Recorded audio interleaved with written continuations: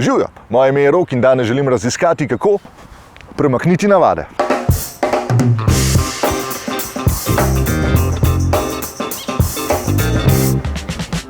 Če želimo iti naprej, si moramo zagotoviti pravo energijo. Podnebna kriza je v veliki meri povezana z vprašanjem, kako proizvesti dovolj električne energije brez uporabe fosilnih goriv.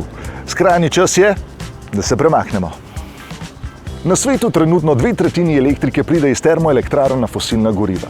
Cilj Slovenije pa je, da bi se do leta 2030 približali tretjini proizvedene elektrike iz sonca, vetra in vode.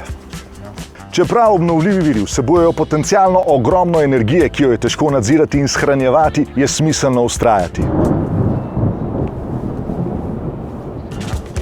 Tehnologija namreč napreduje, zato se preko ekosklada s subvencijami spodbuja gospodinjstva in podjetja za večjo energetsko samooskrbnost pod eno streho. To pa je šele začetek, saj je cilj, da imajo vse nove in prenovljene stavbe svojo sončno elektrarno.